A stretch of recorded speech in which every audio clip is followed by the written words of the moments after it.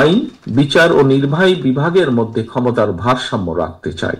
রাষ্ট্র পরিচালনায় সমাজের জ্ঞানী গুণীদের প্রতিনিধিত্ব এবং অংশগ্রহণ নিশ্চিত করতে দ্বিকক্ষ বা বাইক্যামেরাল পার্লামেন্ট সিস্টেম প্রবর্তন করতে চাই।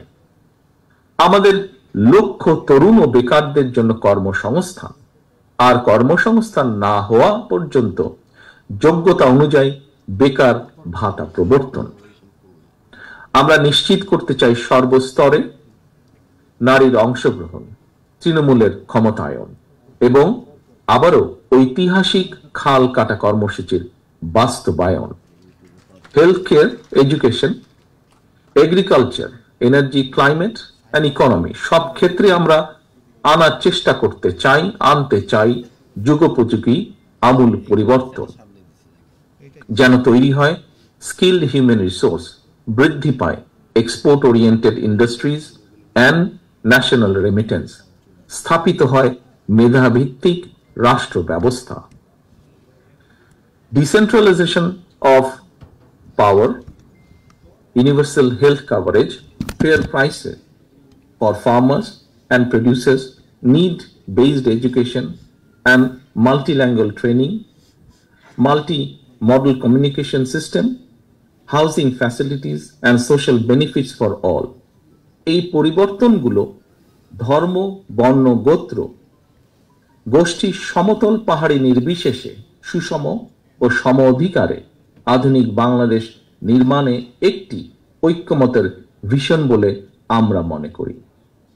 পরিবেশ পরিস্থিতি, দেশের প্রয়োজন এবং মানুষের চাহিদার সাথে মানিয়ে নিতে 31 দফাকে সংযোজন, বিয়োজন, পুনর্বাসন বা পরিবর্তিত অবশ্যই করা যেতে পারে, তবে তা হবে stakeholder consultation and public কনসেনসাসের মাধ্যমে। সময়ের সাথে এই 31 দফাই একদিন আমাদের দীর্ঘমেয়াদী লক্ষ্য তথা সুখী ও স্বনির্ভর বাংলাদেশ অর্জনের দ্বার উন্মোচন করবে বলে ব্যক্তিগতভাবে আমি বিশ্বাস করি, যা বিশ্ব মানচিত্রে পরিচিত হবে কৃষিতে স্বয়ংসম্পূর্ণ, শিল্পায়নে সাফল্যমণ্ডিত, অর্থনীতিতে গতিশীল, মানব সম্পদ সমৃদ্ধ এবং সামাজিকভাবে ঐক্যবদ্ধ একটি প্রগতিশীল রাষ্ট্র হিসাবে। সম্মানিত অতিথিবৃন্দ, বিএনপির একজন কর্মী হিসাবে আমি বিশ্বাস করি রাজনীতির মূল উদ্দেশ্য কেবল ক্ষমতায়ন নয়, বরং রাষ্ট্রীয় উন্নয়ন এবং জনগণের অভিপ্রায়ের বহিঃপ্রকাশ এর একটি অবিচ্ছেদ্য অংশ।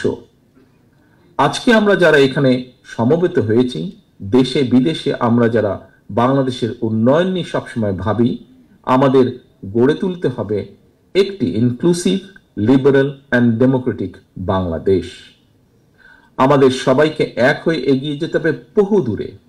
এই অগ্রযাত্রার গতি হবে ফাস্ট বাট স্টেডি, লক্ষ্য হতে হবে সুনির্দিষ্ট। জাতীয় ঐতিহ্য ও অতীতের ভালো অর্জনগুলোকে ধারণ করে আমাদের চেতনা এবং দায়বদ্ধতাকে হতে হবে ভবিষ্যৎমুখী। গণতান্ত্রিক ধারার রাষ্ট্র পরিচালনায় আবদ্ধ থাকলে চলবে না। শুধু আমাদের উৎসাহ দিতে হবে আধুনিকতাকে, বরণ করে নিতে হবে অভিনবত্বকে, সামনের দিকে দৃষ্টিপাত করে আলিঙ্গন করে নিতে হবে সমাজের বিভিন্ন শ্রেণী পেশা মানুষের চিন্তাধারাকে, যা পরবর্তীতে পরিবর্তন করবে রাজনৈতিক সংস্কৃতিকেও। আপনাদের সকলকে আমার বক্তব্য ধৈর্য সহকারে শোনার জন্য ধন্যবাদ।